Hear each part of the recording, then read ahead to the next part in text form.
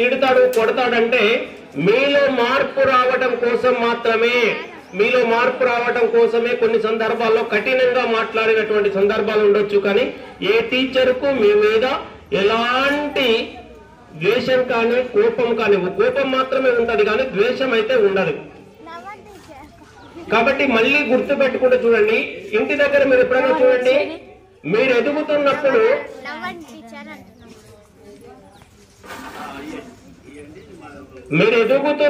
మీ అమ్మని చూస్తారా, ఇంటికాడ గుర్తు పెట్టుకోండి, మీరు ఎన్ని మార్కులు వస్తాయని చూడండి మీ అమ్మ నీలో ఉంటుంది. ప్రతి మార్పును గుర్తు పెట్టుకుంటుంది.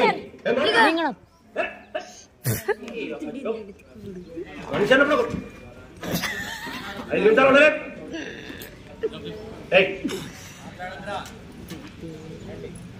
మంచి చెప్పేటప్పుడు ఒకసారి గుర్తు పెట్టుకోండి, ఇదే అధికారికంగా ఉండే 10th క్లాస్ ఉండే అటువంటి అధికారికంగా ఉండే రోజు కాబట్టి హ్యాపీగా ఉందాము.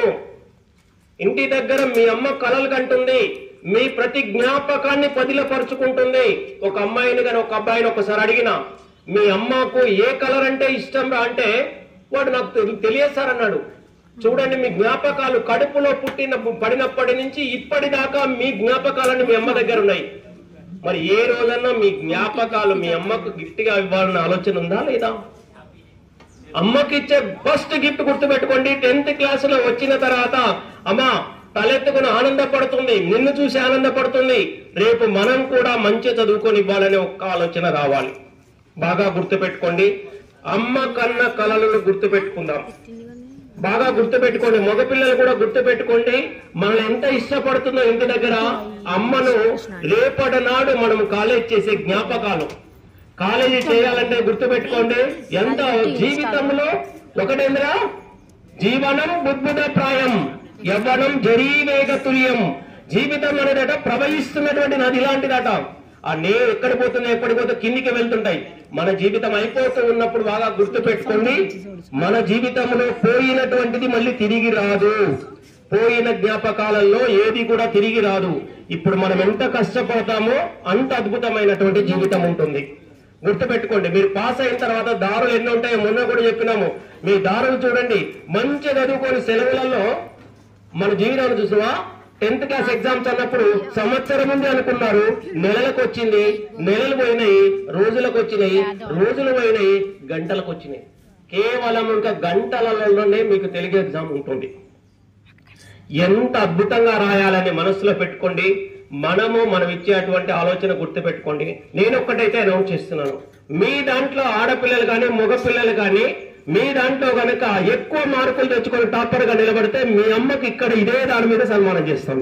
ఖచ్చితంగా చెప్తున్నా కదా, మీ అమ్మని ఇక్కడికే తీసుకొచ్చి హెడ్ మాస్టర్ కూడా లేడీ టీచర్ ఉన్నారు కాబట్టి విద్యా కమిటీ చైర్మన్ అమ్మాదర్శ పాఠశాల, మీ అమ్మను కూడా అందరి ముందు టీచర్ల ముందు ఇక్కడ నిలబెట్టి, నీ బిడ్డ అద్భుతమైనది, నీ కొడుకు అద్భుతంగా చదివాడు, నీ పేరు ఉంటుందో అని ఖచ్చితంగా లోపల బోర్డు మీద రాపిస్తాము. ఇక్కడ మీ అమ్మకు సన్మానం చేస్తాను. అందరికీ తండ్రి అనుకుంటున్నారు, నేను తల్లికి సన్మానం చేపిస్తాను, సిద్ధంగా ఉన్నాను, నేనే చేపిస్తాను. ఆ కార్యక్రమానికి కూడా నేను బాధ్యత తీసుకుంటానని చెప్తున్నాను.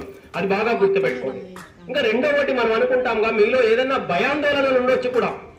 వస్తాయా రావా అనే సంకుచిత భావం అనేది ఉండకండి, ముందుకు వెళ్దాం. దీనికి ఒక ఇన్సిడెంట్ చెప్తుంటాను. రామాయణంలో సీతను వెతకడానికి వెళ్తున్నారు. ఎవరెవరు వెళ్తున్నారు? సుగ్రీవుడు వెళ్తున్నాడు, జాంబవంతుడు వెళ్తున్నాడు, తర్వాత హనుమంతుడు వెళ్తున్నాడు.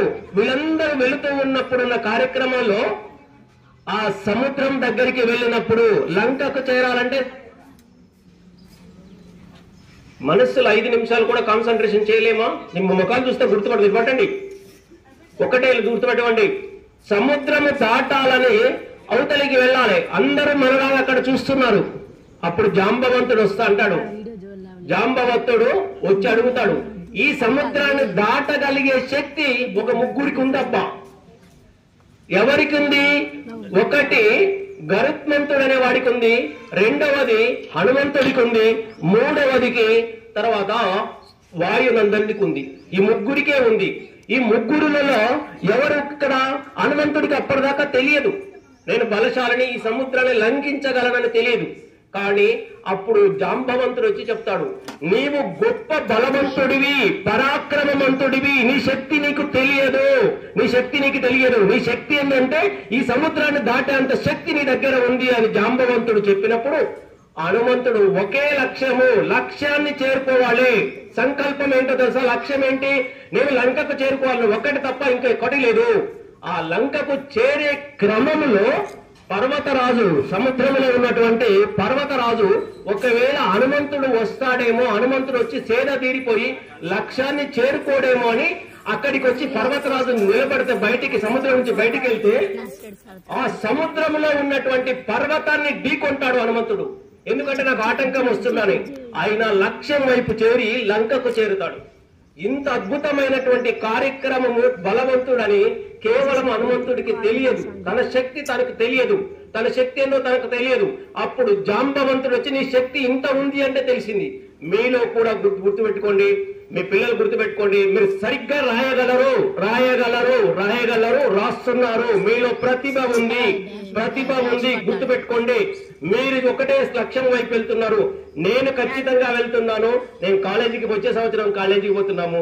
సార్ల దగ్గర కలపెడితే తల దించుకొని పోవటం కాదు. ఎక్కడన్నా సార్ కనపడగానే అయ్యో నువ్వు ఏం చదువుతున్నావు అని అడిగితే భయానికి సాటుకుపోవడం కాదు. ఎదురుగా వచ్చి సార్ నేను కలానా కాలేజ్ చదువుతున్నాను. మీ ఎండాకాలంలో ఉన్న ఈ కోర్సులలో చూడండి, రెసిడెన్షియల్ ఎగ్జామ్ రాసుకోండి, పాలిటెక్నిక్ ఎగ్జామ్ రాయండి, తర్వాత ఇంటర్మీడియట్ లో మంచి మార్కులు తెస్తే కార్పొరేట్ కాలేజీలలో సీట్లు వస్తున్నాయి 25%. ఏదో రకంగా మంచి కాలేజీలోకి వెళ్దాము, మంచి భవిష్యత్తు నిర్ణయించుకుందాని అద్భుతమైనటువంటి పిల్లలుగా ఉందాము. ఈ బళ్ళో మిమ్మల్ని మీరు అనుకుంటారు కదా, గుర్తుపెట్టుకోండి. మా నాన్న పేరు ఎవరికి ఎంతమంది తెలుస్తుంది? 10th వరకు తెలుసా? మీ నాన్న పేర్లు అందరూ చెప్తా నేను. 24 మంది పేర్లు తండ్రి పేర్లు చెప్తాను నేను. తండ్రి పేర్లు ఎవరు రెడీ వాళ్ళకి చెప్పగలుగుతా. ఎందుకో తెలుసా? మీరంటే ఇష్టం. తర్వాత అడగండి, ఇప్పుడు స్టేజ్ మీద తర్వాత ఎవరు వచ్చిన అడగండి, నేను చెప్తా. ఎందుకంటే మీరంతా ఇష్టం, మీరంతా ఇష్టం, మీరంతా ఇష్టం. అద్భుతమైనటువంటి పిల్లలు. నేను ఖచ్చితంగా చెప్తున్నాను కదా, ఖచ్చితంగా చెప్తున్నాను. సైదుల్ బిడ్డ నన్ను నా పేరు ఎరకానా అని చూస్తున్నావు, తొంగి చూస్తున్నావు. ఆ పక్కన గోపాలరావు బిడ్డ అనుకుంటుంది, నరసింహరావు బిడ్డ అనుకుంటుంది, ఎవరో కావచ్చు. Right, thank you, very happy. గట్టిగా తప్పట్లు కొట్టండి. All the best. అందరికీ 10th క్లాస్ లో 100% పాస్ అవుతామని ఎంఈఓ గారికి హామీ ఇస్తున్నాము. Right, okay, thank you sir. గౌరవనీయులు ఎంఈఓ గారిని తమ అమూల్యమైనటువంటి సందేశాన్ని ఇవ్వాల్సిందిగా విజ్ఞప్తి చేస్తూ ఆహ్వానం పలుకుతున్నాం సార్.